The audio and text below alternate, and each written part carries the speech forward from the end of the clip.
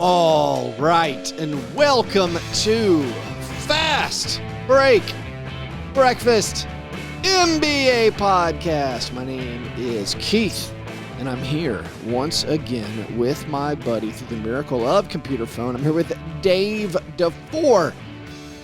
Dave, how you doing? I'm great. What's up, buddy? I'm glad to hear it. I'll tell you what's up. I've returned from vacation, exhausted, not reinvigorated. Cruise through the Strait of Hormuz.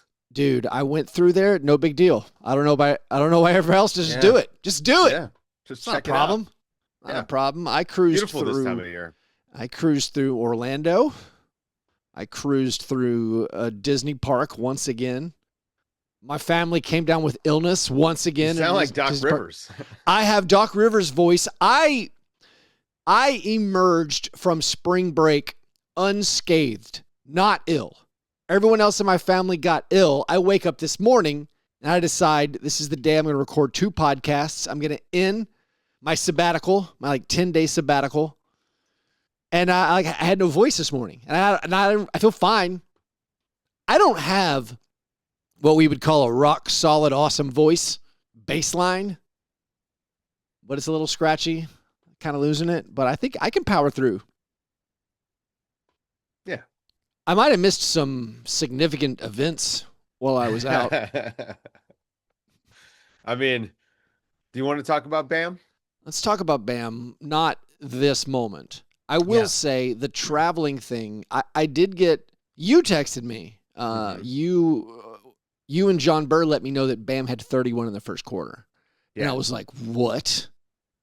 And then I didn't know anything until I got back to my room after going to the park, and I saw that Bam had 83 points. And it's a surreal experience where I found out literally by looking at the box score. Yeah.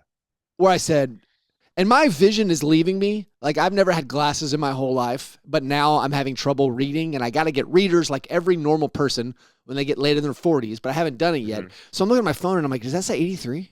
Yeah, it was like I was squinting, kind of like, I was so confused.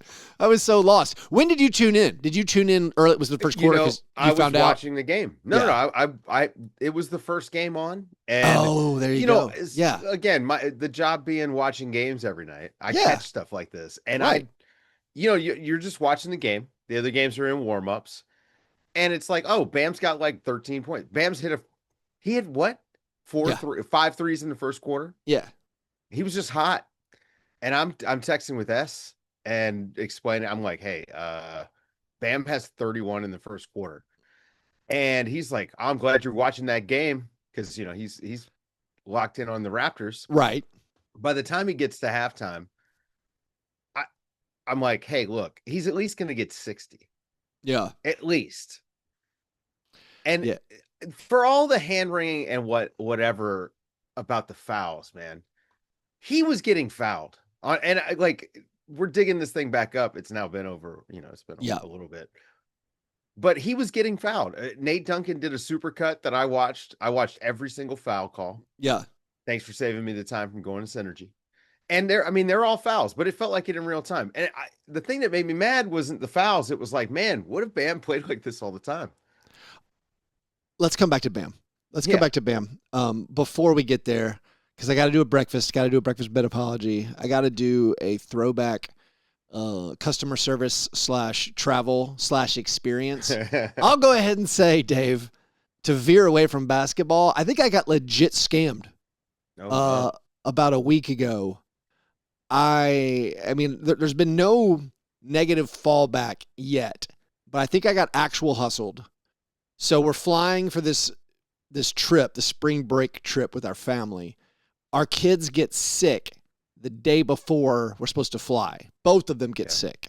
And flying is a nightmare in America currently, the last however many years. It's not a great experience. You buy your tickets, and every time you go to like a next page, it's like, do you want to buy this option? Right. Because I'm not using Southwest anymore, because Southwest thought it'd be a great idea to torch decades of customer goodwill and just change their whole program up. And so you're going to these things and it's like, are you sure you don't want to buy a bag? I was like, no, I'm good. And then it's like, well, it could cost you $100. If this, like everything you go through is a pop-up screen saying, are you sure? Because we're going to bill you if this goes wrong. And you're like, this is horrible. Who thinks this is a good idea? So anyways, I'm flying not Southwest. We decided Frontier and Spirit were our best options just based on travel time. So we're locked into front because we're looking for direct flights at specific time frames. Mm-hmm. And when normally I feel like, all right, I don't need to worry about price that much, but we're talking like Southwest flying, it's like $2,000 for your family. And it's like, that's a lot for 4 people. And so we take the more budget options. But here's what happened. So we had to move our flights now. Of course, my wife had done the booking and she actually did like the $90 extra fee to insure your travel if you have to change plans. Yeah. That's $90 lit on fire because you can't get it. That's a scam on its own. It's like you're throwing up where it's like, well, have you been to the hospital? And it's, so anyways, we eventually move our flights, but like I'm having tons of trouble moving our flights because we're supposed to travel on a Sunday. Mm-hmm. Frontier does not have a phone number that they answer on Sundays, which is really funny. It's on like, I'm going on to like their There's chat that European thing. schedule. Yeah, and it was really funny, and I'm like, I got to move these flights, and obviously there's a cancellation fee, but like I think it'll be fine if we just move it, and like you can apply some of the credit towards the next cheap flight. It was so funny. So I called the phone number so many times trying to get a person to be like, is this true? Am I understanding this right? And it keeps cutting you off. This is the Frontier phone number, like published all across the internet on their website, and they cut you off with a recorded message that says something like, it's like, your call has been noted, someone will get in touch or something, which was like that. So I get a call back eventually. Like I finally get through a chat after like I hit so many dead links on the website. I go through a chat thing and I get this phone call back. And it was like, this is Frontier returning your phone call. And I was like, oh, okay. I'm like, yeah, I'm trying to move. It looks like there's $100 per person cancellation or change fee. We've got illness in the family. We're trying to find another flight. And they were like, oh, well, so if it's medical reason, it's a $75 per person change fee. That's $300. I was like, okay, let's just do that. And they were like, all right, so what's your credit card number? And I'm like, okay. I started giving it to them. And they're like, all right, what's your flight number? And I'm like, don't you have? I'm thinking in my head, don't you have this information? Right. And then a second, then like I paused for a really long time. And they're like, are you still there? Because they're like, what's your date of birth? And I was like, wait, why do you my date of birth? And I'm like, well, I guess it's traveling. And then I started thinking like, okay, this feels now like this is a callback where I'm like, okay, this, am I getting scammed here? I started thinking, well, all right, at the very least, Visa's going to shut this down. Like I'm not going to lose money, Visa will shut it down. So I was so confused. And again, like it's early in the morning. My daughter's been throwing up all night. I'm not at the peak of mental powers. And I'm like, all right, I guess with traveling, they got to verify the passenger. So I give the thing. And so they run the credit card and immediately like Capital One's like, hey, this is a fraudulent charge. It's not the normal, like, hey, did you make this charge? It was the automated text was something like, this number has been reported for multiple fraud violations. We're not doing the thing. So then I'm like, I literally got scammed on a callback. Wow. But then I'm like, I called Frontier.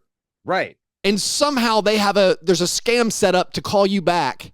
Because then I go back into the chat and I'm like, I got a call because I hadn't worked out the flights. Mm-hmm. And I was like, I got a call back. They said something about it being $75 per person if there's a medical reason. And they're like, oh, we don't do callbacks and that's not a thing. So I was like, somehow Frontier is just literally like they have scammers are on the inside. Yeah, they have a scam side hustle. Frontier does part of their liquidity thing. Hey, this is America. I legitimately got taken. Where I'm like, this is like your old person, like, hey, don't click on any links in those emails, like, or don't click on that PDF. Okay, but I called a thing. That's the same. And the thing said they'd call you back, and then they called me back, and then they're like, I got a weird feeling because my wife heard me on the phone where I started pausing, where I was giving the phone number, like I was giving my credit card information really long and taking big pauses between the numbers, and I was like, because I'm running in my head like, this feels I don't have any way to know if this is the actual person, you know? Right. Yeah. But somehow don't call Frontier on the phone because scammers are spoofing their number. That's insane. It's like, so anyways, insane. that's travel in America. But then otherwise, my wife threw up the whole time we were at Disney World. It's pretty awesome. Pretty solid. Pretty solid, man. Brutal. But anyways, speaking of throw up, you had breakfast? Today just had a protein shake. All right. Protein shake. I know. So lame. I had tacos. Nice little taco. Tacos for breakfast. Yeah, I had a chorizo and egg taco. Okay. And I had Is homemade or not homemade, and then a bacon egg creamy jalapeno taco from a local spot. I'm not gonna shout them out. They don't pay me any money. They were not good enough to shout out. Nah, not really. Local spot though. I like eating them. Those were our breakfasts. After our breakfast come our breakfast and bed apologies. I'm gonna apologize, Dave, for something that made the cutting room floor. I edited it out the last show. Okay. But it has to do with my previous week's apology. I made another just bold error where I completely misspoke. Once again, Dave, I'm asking you. You have to correct me in real time. I feel like I've been more and more distracted. Most of these shows I've been recording at work in a piano closet, and I feel like I'm more susceptible just to saying things incorrectly. I talked about... What did you say this time? This time, I did not confuse Will Richard and Will Riley. This time, I talked about Nick Vucevic getting traded and coming off the bench for the Sixers. I caught it in editing. You did say Sixers. Yeah. You did say Sixers. I need you to start just yelling out. Like, you mean Celtics, Keith. Yeah. I'm just saying. I knew what you meant, and I assume everyone listening Celtics and Sixers are the same thing in my brain. That's my defense. Yeah. By the way, we're wearing Celtics and Sixers colors for the YouTube viewers. Dave, you're wearing green for St. Patrick's Day. Good job. Mm-hmm. I'm wearing a Red Titans jersey. Red Titans t-shirt. Or I guess it's a throwback Oilers. You gonna get the new? I'm already there. I'm wearing Oilers colors. They came back around. They came back around. Do you have any St. Patrick's Day traditions at all? No, not really. Yeah, not really. That's not my scene, man. Okay. I don't want to be around too many people who are that drunk. That's not for me. Yeah. Yeah. I don't like concerts and stuff like that. That's not what I thought you were going to say. Like festivals. That's not the end of the sentence I thought was going to, I don't do things like St. Patrick's Day. I don't go to concerts. Yeah, I don't want to be around a bunch of drunk people like that. All right. It's not fun. Concerts. Depends on the concert, but not really.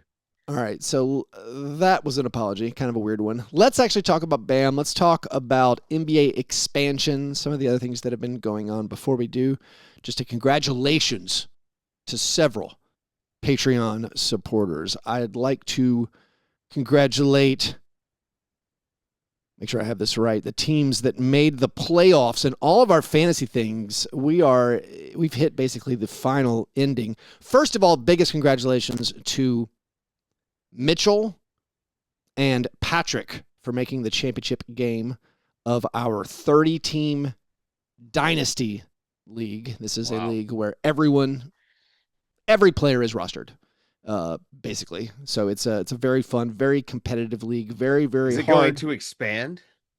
This is something that has been brought up, and yes, I think we have to expand to 32 teams. Do we do it early? I mean, that's the question. If the NBA is going to add a team in the 28-29 season. Another big congratulations to the final 4 teams left in our 40-team International Stackhouse of Pancakes Negative League. We have Jeff Texamista, Clint, and Jay Wales. And this is possibly the first time I haven't made it to the Final 4. This is the first time since I've been doing listener leagues where I'm not going to win a championship. Wow. Totally struck out. I'm slipping. There's noticeable signs of slippage. It's not going great. And yeah. I mean, how much of that do you think is Grizzlies related? A lot of it.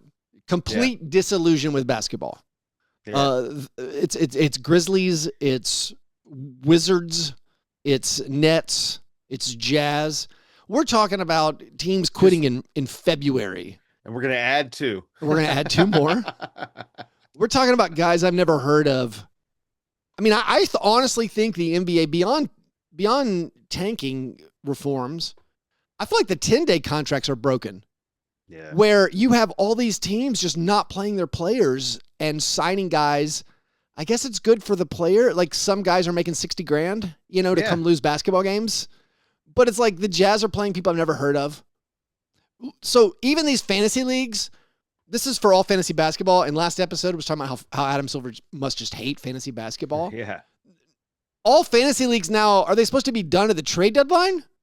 Where it's like every team is not playing their people. Bam Adebayo scored 83 points because like the Heat, I mean, it's just more injuries and stuff. Right. And like Norm Powell's not playing and Andrew Wiggins isn't playing. And, it's like all these guys are just not playing for every team. But anyways, congrats to you guys in the Dynasty League and the Negative Fantasy League. And also congratulations to the finalists in our regular head-to-head fantasy leagues, our non-bizarro, gigantic, huge leagues.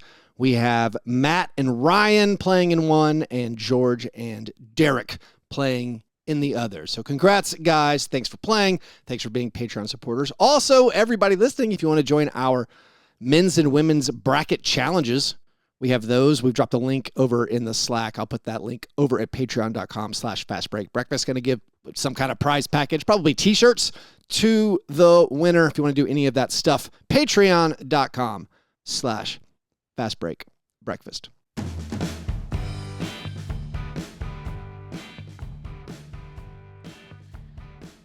All right, Dave. Apparently there's now breaking news. You want to cover this news story for our listeners as we record on St. Patrick's Day right at noon Central? Yeah. The state of Arizona is going to charge Kalshi with operating an illegal gambling business. Oh, man. I thought maybe LaMelo Ball was going to get charged with something. No, I don't think so. Hey, I like how does that affect is Giannis allowed to play games against the Suns? How does this affect I'm not sure how this affects anything. I just think Kalshi's bad though. Let's get more states on board. Yeah. The Bam 83 topic. You were telling me you wished Bam played more like this. I went back and watched the game. Mm-hmm. Specifically, you just mean more aggressive?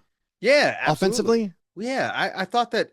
Look, I mean, he's a talented player, and he used to have a really nice mid-range game, and it just seems like he's so passive offensively. Like, Bam always leaves me wanting more, and some of that is just because he has a very demanding defensive assignment. I understand, but I just feel like he's better than 19 points a game.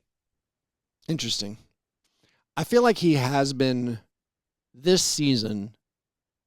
I feel like he's been kind of appropriately aggressive.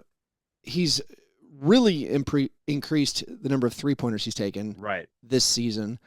This specific game, which I did go back and watch, this is that, like, I haven't gone back and watched the Grizzlies games I missed, but yeah. I did watch this game.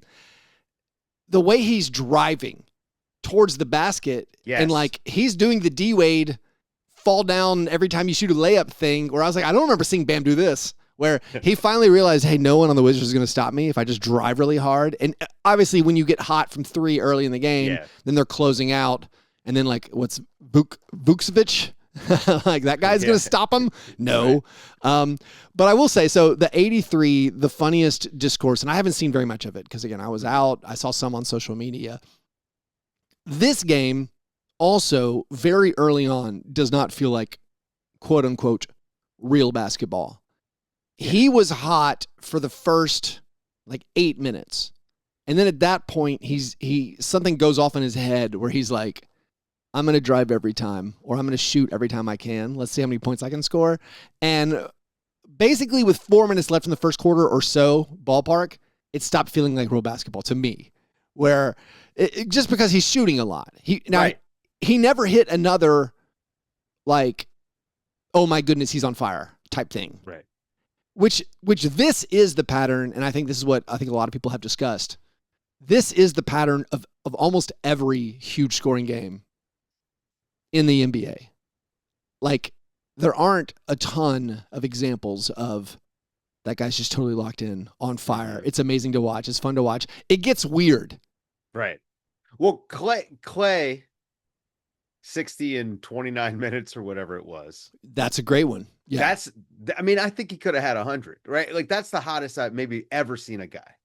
Yeah. That was the Bulls, right? It was a Bull against, maybe. I can't remember. It was like the 14 threes or whatever. Yeah. Yeah. So that one was an amazing. So I'm running through, because this becomes the whole, like, what is an ethical, quote unquote, ethical, like I loved the things that I love out of this. I love Eric Spoelstra talking about how explicitly stating our opponent is trying to lose. Mm-hmm. Like, what's the point? And we'd lost one of these games before, so we challenged Bam to go out and get it. I feel like there was a Damian Lillard game where his top scoring one, where it's like, I felt like he could have gone for more. But also that was a horrible team. Most of these games are always against horrible teams. Right. And that again goes to if you go back and watch a lot of these famous moments, like of course the Devin Booker game was an undermanned Suns team. And that one felt disgusting at the end, much like the Bam felt disgusting at the end. Of course, the Kobe Bryant game, which he's been mythologized and lionized, but that one, it was a horrible Raptors team, and it doesn't have the same locked in like that Clay game where you're like, oh, he's on fire. It was, wow, they just let Kobe shoot every time, huh? And he's eventually into the line. I also was thinking back to another Klay Thompson game. That's one of my favorite NBA moments, is that 37-point quarter against the Kings, where that one is just pure basketball junkie. It's just a fun short burst where he's unbelievably on fire. And he's guarded by the worst players imaginable.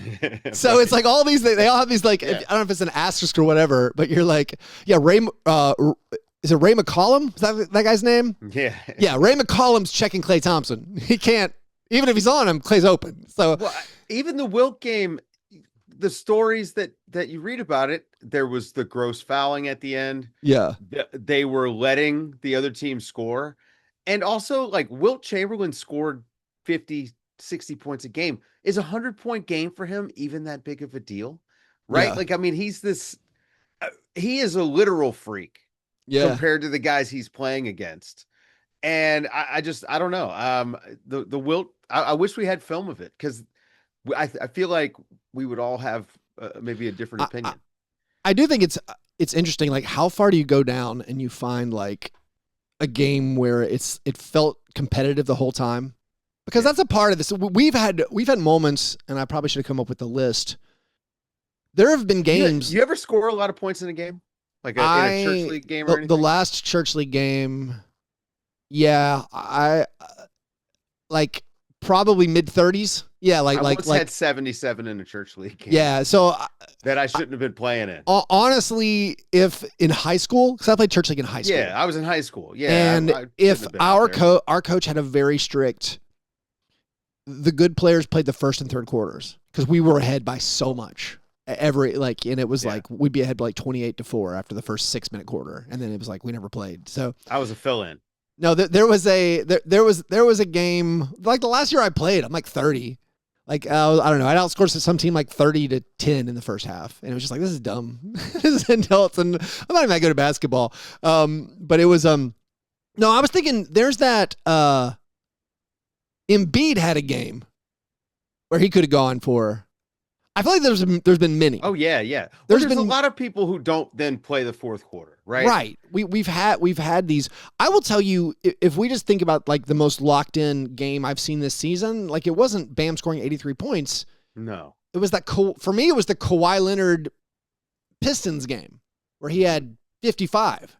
Yeah. And I'm watching in the third quarter thinking, this seems like the best player I've ever seen play basketball. Just this one specific game. Kawhi gets hot. Yeah. Right? Like that's a guy that like you're saying, where some of these big scoring outputs, they get hot. And you're like, wow, Kawhi does that. It feels like a lot. He gets like a 5-minute stretch every game at this point. I'm hoping this ankle thing isn't too bad, because Kawhi being this good makes the first round very interesting.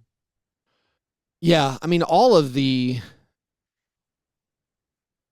way the Clippers keep kind of hanging in there, playing better, and Kawhi just game after game, and he had a huge game this week where it was just like it's unreal how good he is. I feel like Luka's game. Luka's was it last 70 night against the Rockets? No, you mean the 77? Yeah, his 73-point game. 73, yeah, not 73. Yeah. That's one where it's like if they had.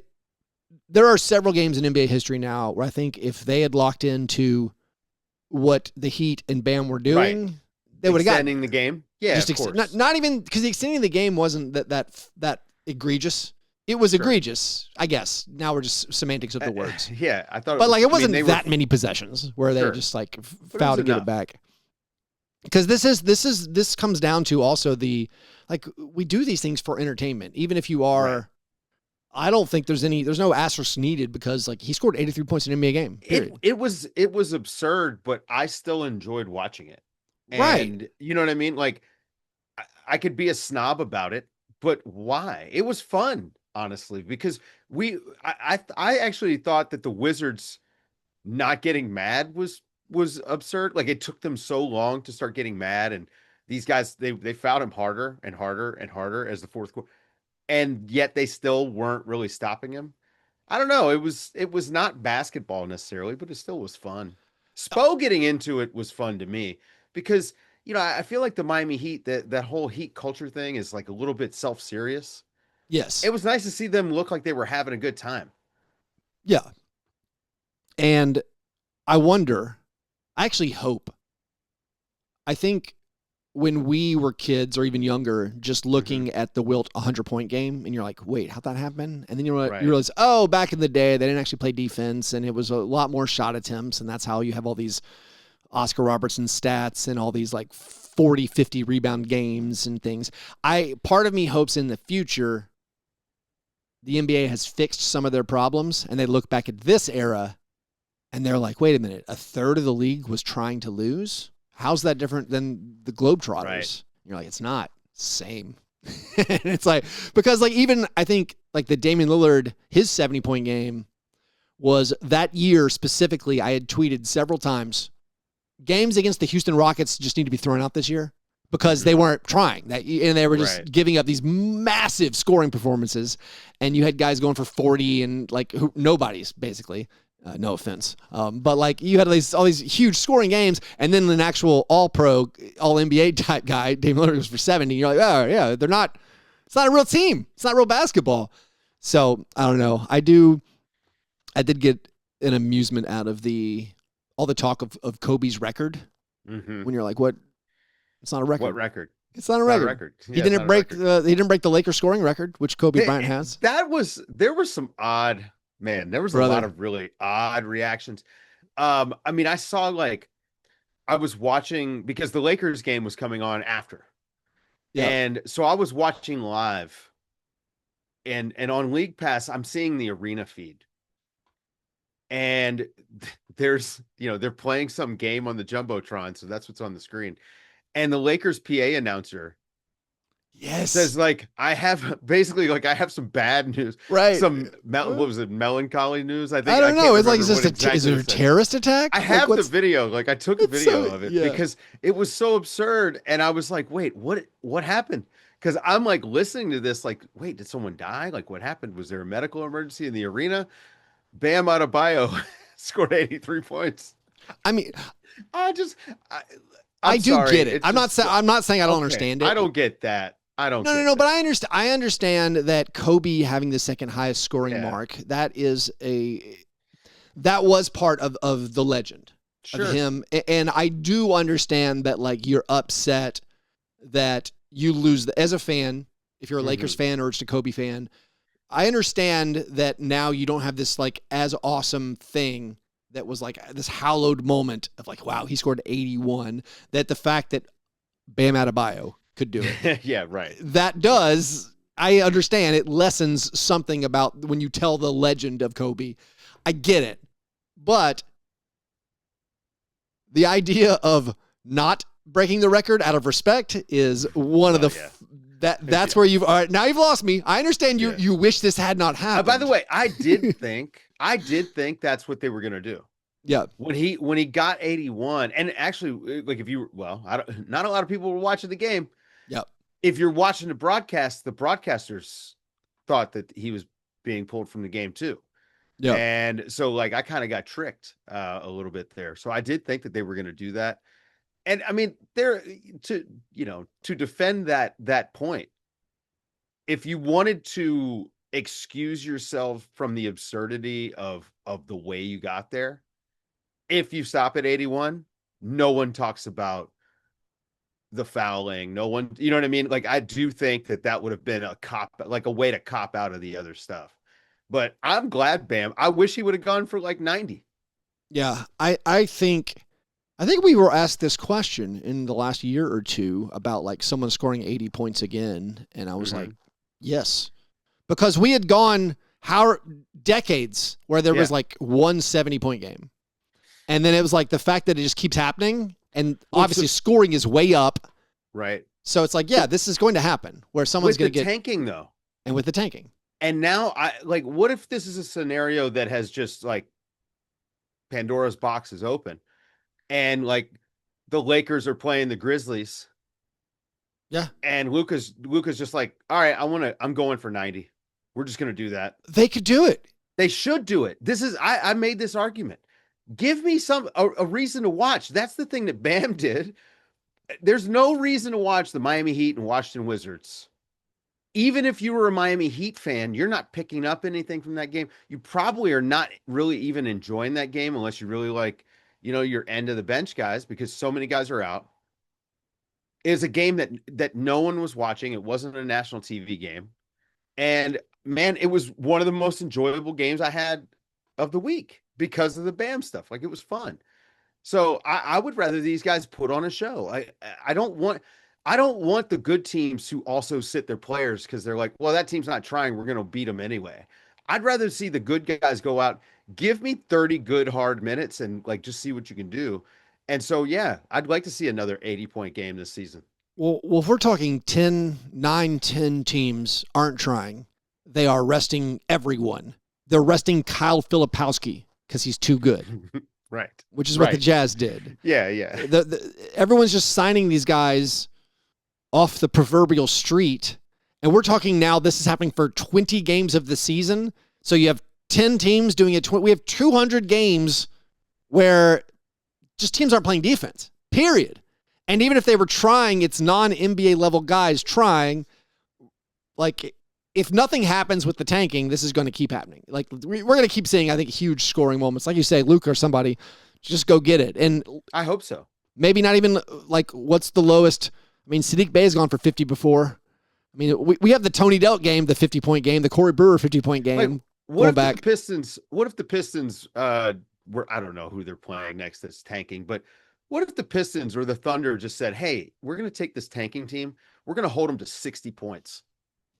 I mean, you honestly, yes, the whole game. They could. But I was thinking of just the 3-point shooting games we've seen from what you would call not marginal, but just like role player, like Sam Merrill making 11 threes in a game, or whoever it is, or, like these things are going to happen if one of the top level guys locks in like that. Yeah. Nickeil Alexander-Walker was 9 of 14 from 3 last night. Yeah.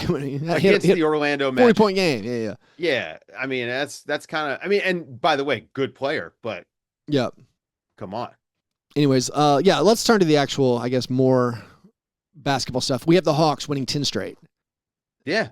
The East a lot of fake wins until they beat the Magic. Yeah. And the Magic had been, I mean, we'd been bemoaning them in the last episode, and then while I was on vacation, that they kind of locked in, turned it on. Now that race, which had been focused on, keeps looking solid. I don't know. It's so hard, like you said, a lot of fake ones because just the whole league not trying. It's like you have to pick out. I mean, you got to give them credit for winning the games that are in front of them, right? And especially because this. I don't know what the Hawks are. Do you know? I don't know if they know what they are yet. And so, this kind of winning streak is good. It means more for next year, obviously. But you look right now, they're a game and a half back of the 5 seed. It's like, who do you trust in five through, let's say 5 through 9? It's Orlando, Toronto, Miami, Atlanta, and Philly, and they're all in a game and a half of each other. Yeah.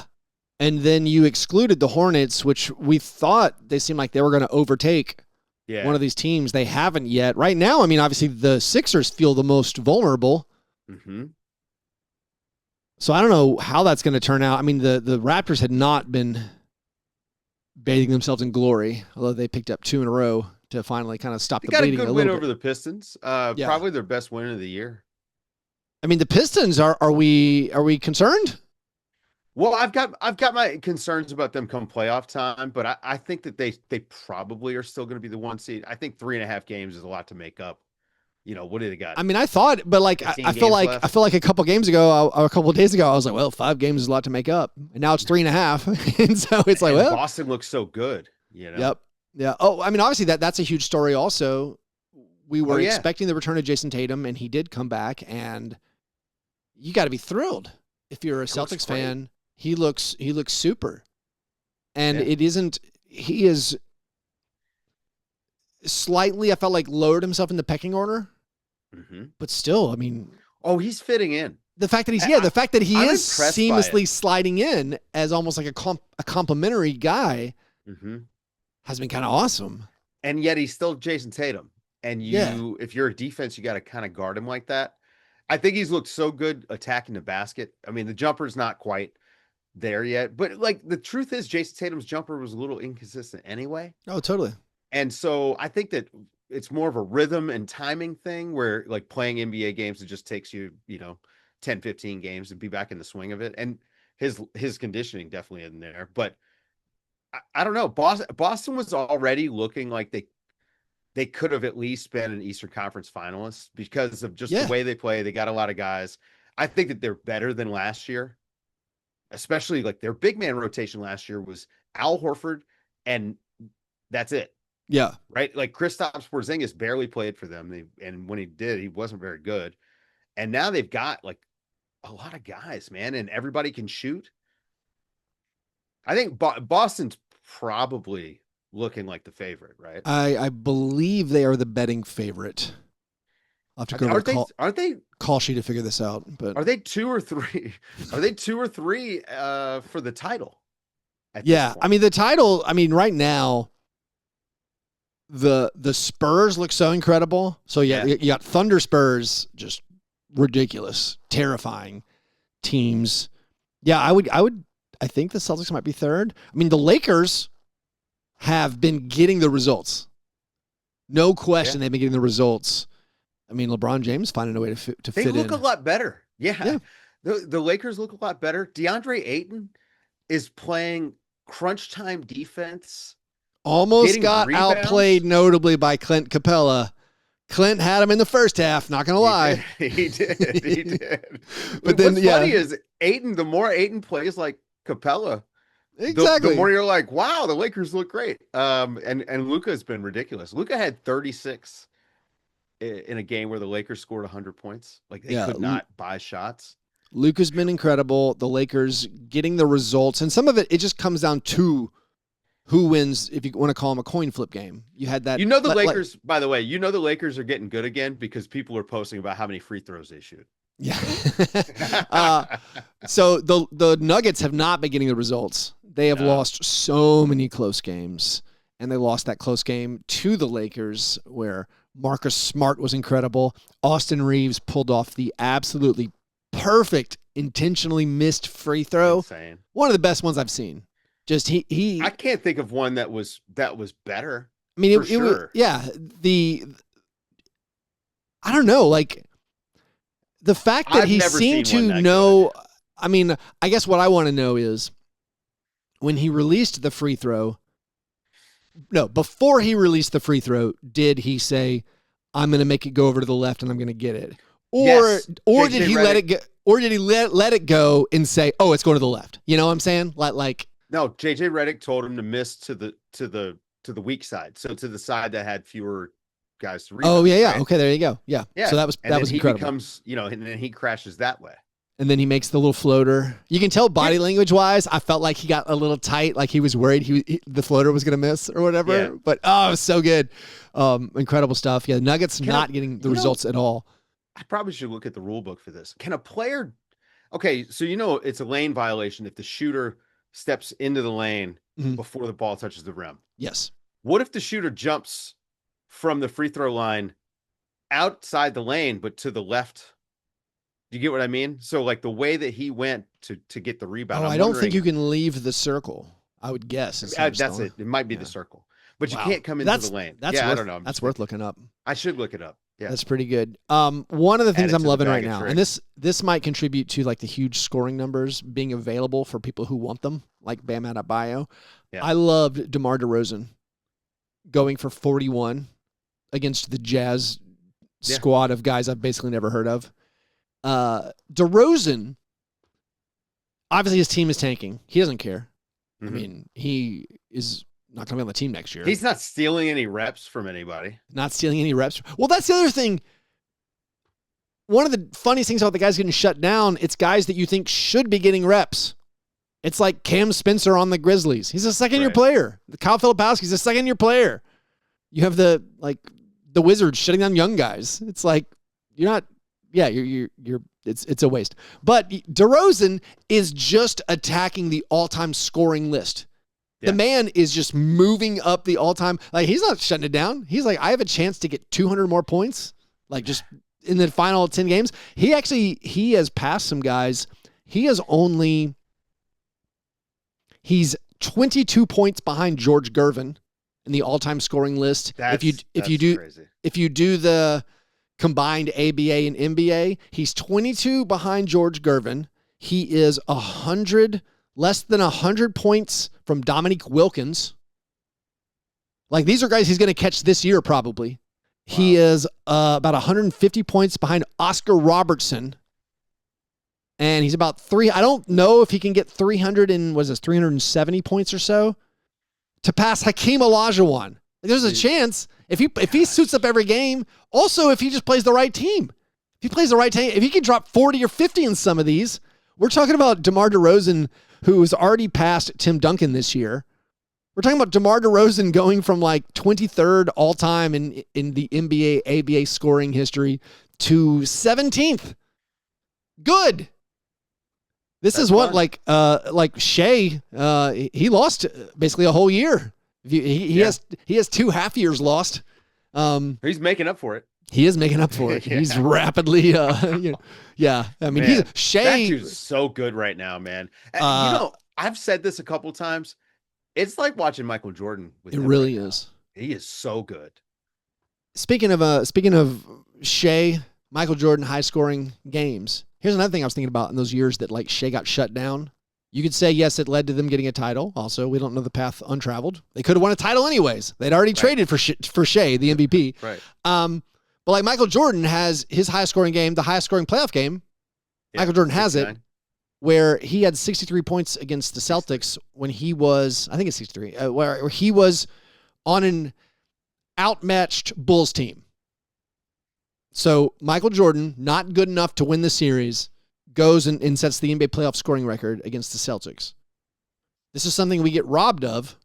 Shea never had that chance. Like, Shea could have those 2 years that they tanked it out. He could have had a 63-point game in the playoff. Like, we don't get those anymore as much because they're like, well, let's tank and we'll build up and then we'll be more ready when we finally make our move. I confused it for his career high game, which was 69 points. There you go. Yeah. Yep. It was 63 was the playoff. Yep.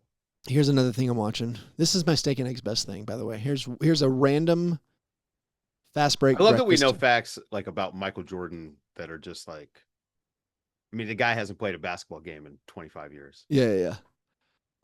Here's my best thing. I'm grabbing a segment out of the air. Jeremy Grant has played every game for the Blazers this month. Why is that notable? Jeremy Grant hasn't played an entire month of March since. Dave, what team was he on? The Nuggets? What team was he on? No. Was it the first year with the Pistons? No, we're going back. since he was on the Thunder. Jeremy Grant has not finished the month of March. Jeremy Grant, I've talked about it for years on the show. Man, that guy gets within like 10, 15, 20 games at the end of the year, shuts it down. We're good. We're good here. Because, I mean, he's been on teams that weren't winning. So they're like, oh, hey, we're trying to lose. Great. I'm good. I'll shut it down. So Jeremy Grant, if he finishes this month playing all the games, I'm not even talking about playing every game. He can miss a couple. I'm saying if Jeremy Grant doesn't get shut down for this season before the end of this month, it will be the first time since 2019 when he was on the Thunder that Jeremy Grant has actually finished the month of March. Oh, finished the month of March. I'm just saying, hasn't gotten shut down. Like he's played a smattering of February, March games. He hasn't played any April games. Like April, no. He doesn't play in April. But yeah, so I'm keeping my eye on Jeremy Grant. Whether or not, because again, the Blazers do not look good. The Denver season was the COVID year. Yeah. Yeah. So he made it to the beginning of March. COVID shut him down. So maybe it wasn't shut down. Yeah. He played some the next season where the year started later. It wasn't even close to the end of the season. Still didn't finish the month out, I don't think. Yeah. So I'm cheering for Jeremy Grant, cheering for the Blazers. Now, Dave, let's answer a couple of listener submitted questions, and then we got to talk about expansion. This is the Croissant Questionnaire. Knock yourself out. All right, real quick. We kind of hit on this. Caleb wants to know, what would an ethical 70-point game look like? Clay. I think the Clay game. I think that, I think that if that Kawhi 55-point game from this year kept going. Right. I think the free throw thing, I think, is context dependent. It is context dependent. A lot of people said Bam shot a lot of free throws, but Bam got fouled a lot. And I just don't know. No, he objectively shot a lot of free throws. He did shoot a lot of free throws, but he got a historic number of free throws. Yes, but he also got fouled. I mean, it doesn't feel ethical. I would even say we're talking like, I feel like there's like a max of 20 free throws to feel ethical to me. It doesn't have anything to do with what intention of the player. More than like what 20% of your points are coming from the free throw line. His negative fantasy score, which in our negative fantasy league, you want a positive score. You get points for missing shots. He scored 83 points, and it wasn't the worst game yet this year. Wow. Like he was only like minus 70 or something, which is not that bad. Like Julius Randle knocked me out of our playoffs. I started him against the Thunder. He had negative 35 in just a regular good game. So like the fact that Bam missed 23 field goal attempts, so it's got to be one of those high efficiency, right? The Luka 71, I feel like some combination of incredible shooting percentage, a really high true shooting percentage, and then you want to keep those probably free throws down. I think a lot of the 55-point games, if they extrapolate, right? Like if it's not a blowout, those 55-point games turn into 70 pretty easy. David D wants to know, not you, David D, who's been filling us up with croissant questions recently. He wants to know, if you were told an NBA player had scored 83 points in a game this year, ballpark, how many players would you have guessed before you got to Bam? I had this conversation last week. 100. Yeah, I'd say 100. 100 is the number I thought up to. Where it's just like, I'd be starting with like gunners. I'd be thinking about, oh man, Jet Howard went nuts. You know what I mean? It's just like, did you say Jet Howard? I don't know. Tyler Hero and Norm Powell would both come to mind before Bam, I think. Yeah. And I don't know. I mean, you don't think about Bam as that guy. So yeah, it's inconceivable. 100. It really is. That's part of the weirdness of it, where it's just like, it's hard to imagine. Well, if you were naming centers, is he in the top 15 that you name? I don't think so. I don't know. Yeah. Jonas Valanciunas scored 83 points. Caleb McNeese wants to know, how many bags of Starburst or other jelly beans have you, Keith, consumed this Easter season so far? Great question. You already have candy in the house? Is that how that works? Yeah. They roll out the Easter stuff pretty soon after Valentine's Day. I've already had, we're talking big bags, like we're talking like the 10 to 14 ounce bags of jelly beans. I've probably polished off 8 in the last like 3 weeks or so. Mainly sweet tart jelly beans. They've slightly changed the formula. I'm not a big fan of them messing with perfection. They look a little bit different. I think the taste is basically the same, but they have a much different appearance. I've been doing some Brock's classic jelly beans, just a throwback. Ooh, wow. I heard. How is that? I haven't had an old school jelly bean. It's solid. 40 years. I read online that Russell Stover jelly beans are back somewhere, but I don't know if it's a fraud. And also, Google's broken, so it's hard to figure out if it's true. If you were ranking jelly beans, where do you start? The Russell Stover Classic is my favorite. Okay. Sweet tart jelly beans are my second favorite. Starburst jelly beans are great, but I don't like the apple flavor. It's fine. It's not great. Also, the grape is also not great. And if we're talking rankings, I want it all to be great. Yeah, yeah. They're very good. So that's where you don't have a passion for candy. I mean, no, I mean I like Haribo gummy bears. Haribo sour gummy bears are incredible. Happy cherries. Some of the best candy you can find. James Winskill wants to know, would you protect Ja Morant in an expansion draft? Well, you get nothing for him in an expansion draft. How's that different than what I have now? Right. You just move the salary. Here's the thing. Ja Morant players, right? Ja Morant free agent in 2028, 2029.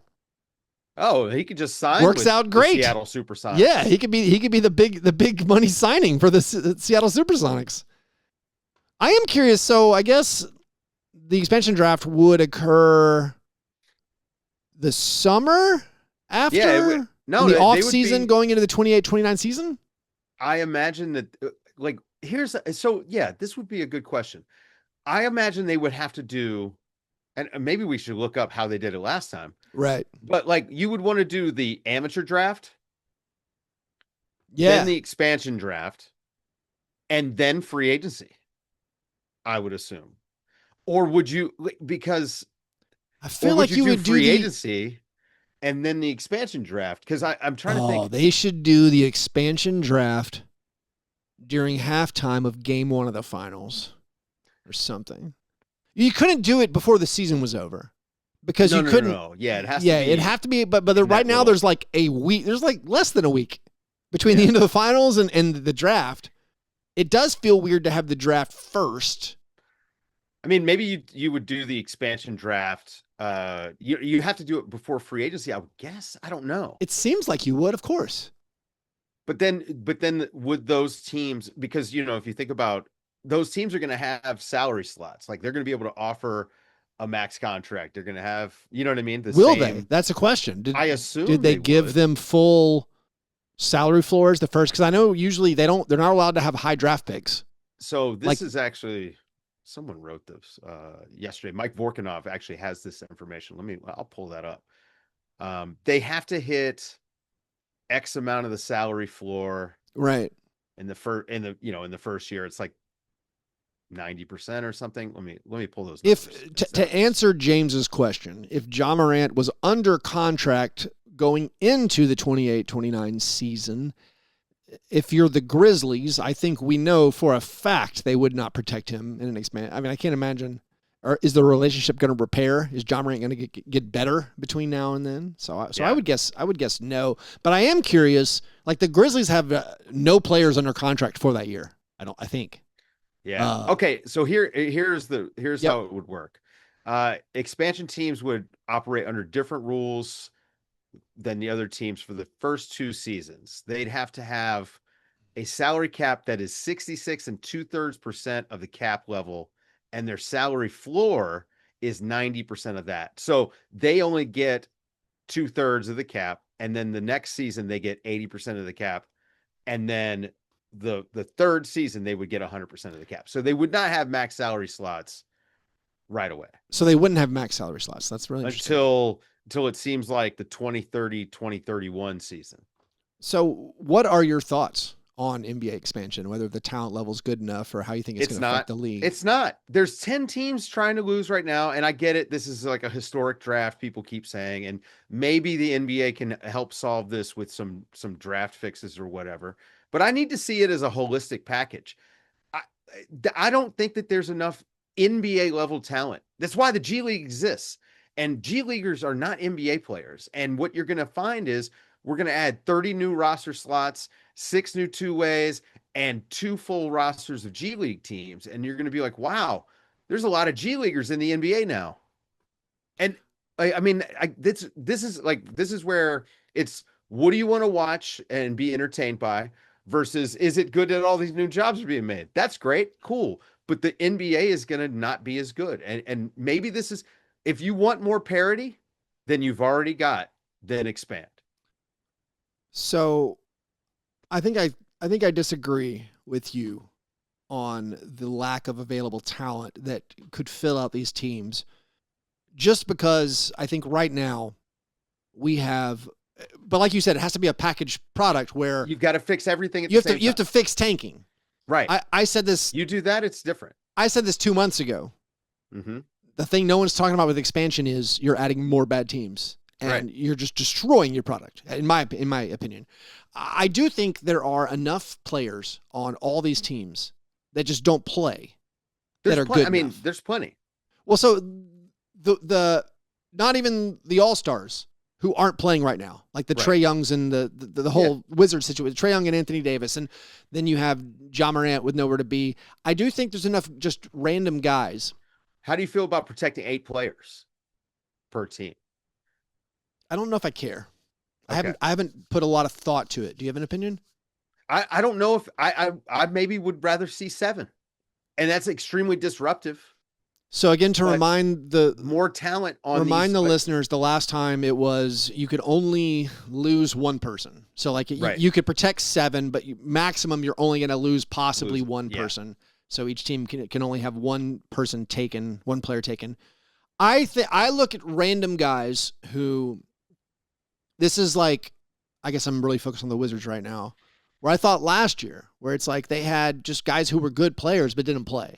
Mm-hmm. And like this goes into the whole, the Jazz versus Kyle Filipowski. Right. Not even that, like Julian Champagnie, Justin Champagnie, like he didn't play. And it's like, well, he's pretty good. Why doesn't he play? You had one of my favorite players, Kyle Anderson, who was stuck on the Jazz and then stuck for 4 games on the Grizzlies on tanking teams not playing.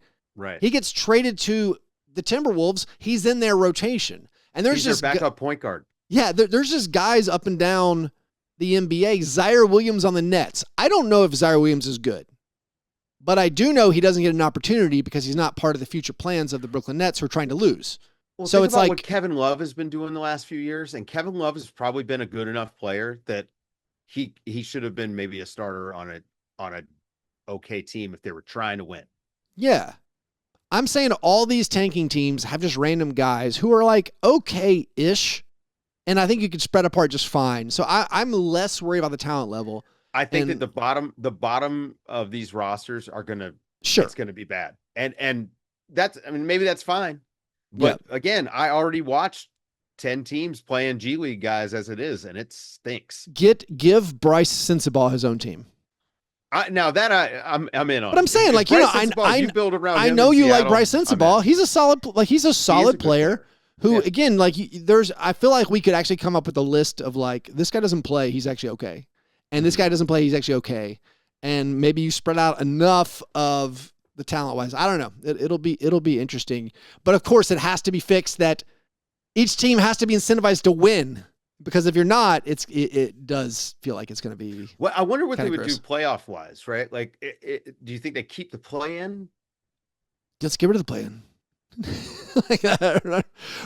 Right now, the play in is awesome for the East and a catastrophe for the West. Yeah.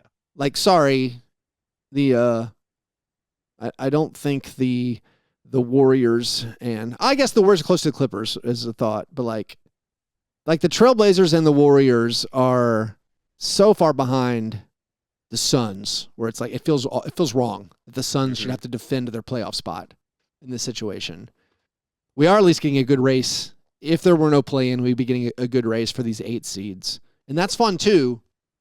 But I don't know. It's all like a package deal. I would assume. I guess the real question is, obviously there's the Minnesota or Memphis or New Orleans moving to the Eastern Conference. Seems like it would probably be Minnesota. I think so. Curious. This is their perfect opportunity to drop the schedule length. Right. But of course they're not going to. I actually think, again, it's got to be this whole holistic thing. I think you can easily sell going to 76 games. Yeah. I thought 78 seemed like the perfect number because 78 would be if they go to 4-team divisions. Mm-hmm. All right, walk with me here. I think this is right. They go to 4-team divisions. That is, you play your division 4 times each. Mm-hmm. So that's 12 games against the other 3 teams in your division. Mm-hmm. That's 12 games. You play the other conference twice. That's 32 games. So now we're at 44 games. Mm-hmm. And then you play the rest of your conference. What is that like? 3 times? Yeah, like you could do it 40 more games between those. And yeah, if you could go even lower if you played the rest, that'd be 36. That'd be, now I lost it. But yeah, it's like, here's the thing though. Yeah. So then you're going to have a little bit more of an unbalanced schedule. And, maybe you could make some fixes along the way and balance out the schedules, if not even just between the conference, balance out the schedules. Yeah. I'm not sure, but I do think that it's scheduling that has to change. It's the draft that has to change. And then maybe it works.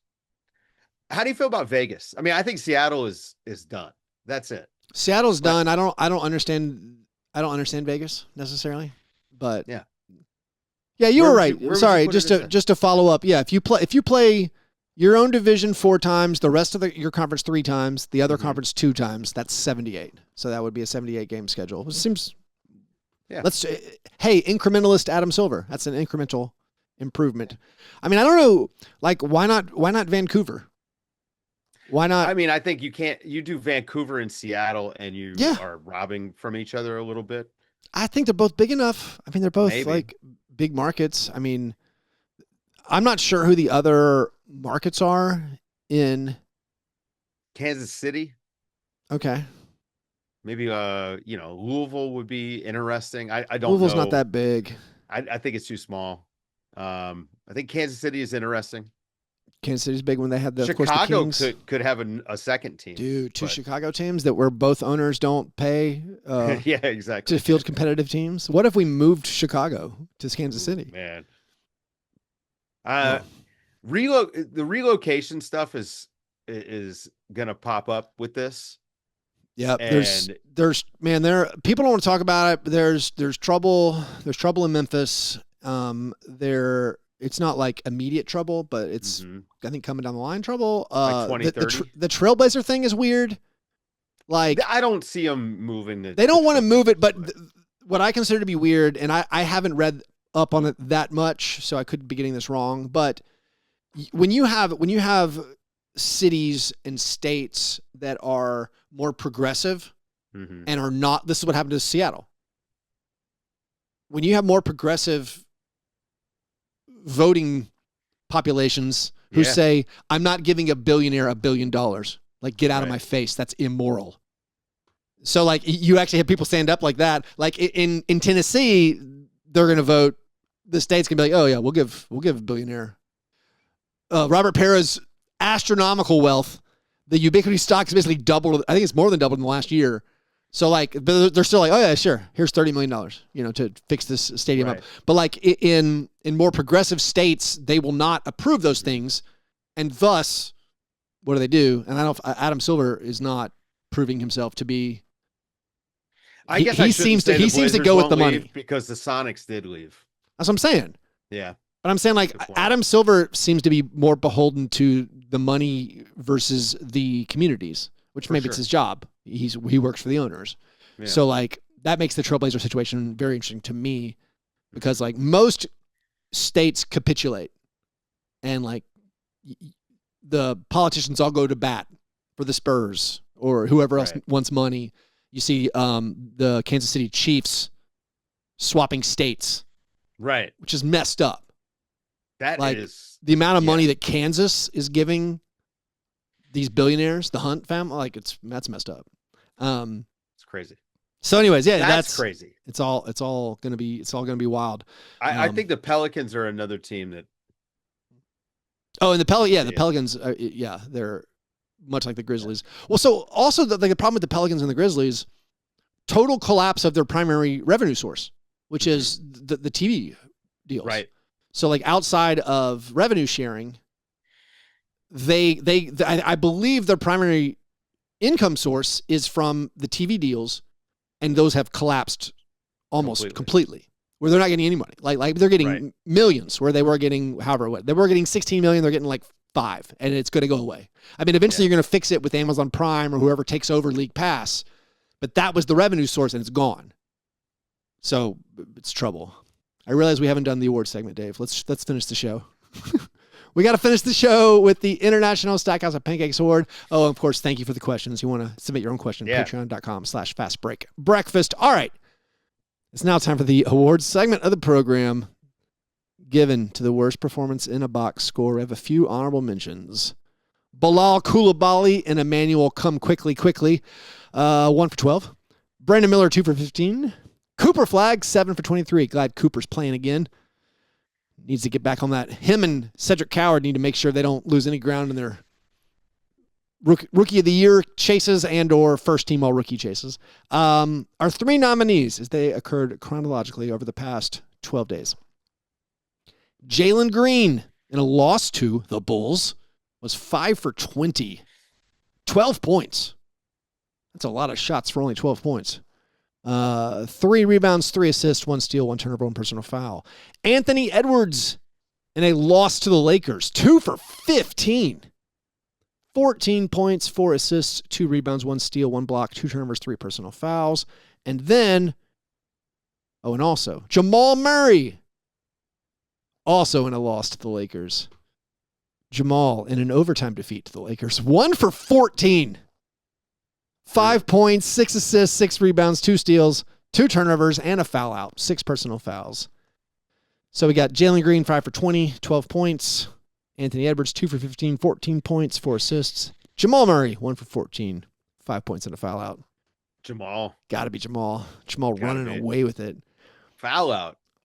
I mean, I think he did the honorable thing. He realized... Don't have it tonight. He realized David Allen wasn't going to bench him. He's like, I got to get out. I am killing us. Man, I feel bad. So the Nuggets messing around. Yeah. I mean, Rockets, this is confirmation bias. I have not believed in them for a very long time. I was skeptical coming into the year, and then it's been confirmation bias since then, being like, this team is actually not that good. Like, Tari Eason's shooting regression happening all in one fell swoop. Not perfect for them, but they're horrific in these late game situations. But KD we're about to see a meltdown. I think. Rockets and Nuggets, but they're messing around. Like, they're flirting with the play-in. They're only, 2 games up? Something like that. The Timberwolves, too. Suns are 2 games back. Yeah, Suns 2 games back. So, I mean, you give the Suns credit for resilience this season throughout the year. But, I felt like 2 weeks ago, things were rounding into shape, where it's like, all right, Nuggets are good. Timberwolves are good. Like, Ayo Dosunmu, and here come the Timberwolves, and all of a sudden, everybody's just hit. Maybe it's just this, the March doldrums. The March wall. Yeah, the March wall, and everybody's kind of like, ugh. Not looking that great. But, I think we did it, Dave. You got any big plans? So. What are your plans this week? Do anything fun? I'm going to have lunch with Larry Kuhn. There you go. Right after this. Y'all going to go to a concert? Maybe hit a St. Patrick's Day? No, I have been to a little concert with Larry. Larry loves music, but no, not for me. Yeah. I'm out. I might never go to another concert again. Oh yeah, I might go to a game, Dave. Basketball game? I'm on the list for Grizzlies Nuggets tomorrow. You should go. I might just drive down there. Hopefully Jokic plays. The Nuggets playing tonight too, so it'll be a second night back to back. Let's see if I can catch some Dickie Giroux minutes for the Grizzlies. Maybe Ty Jerome will suit up. Who knows? Anyways, thanks everybody for hanging out with us. If you want to join our March Madness bracket, do that over at patreon.com. If you want access to the Slack channel, patreon.com/fastbreak breakfast. You guys are the best. Thanks for listening. And remember, breakfast is the most important thing.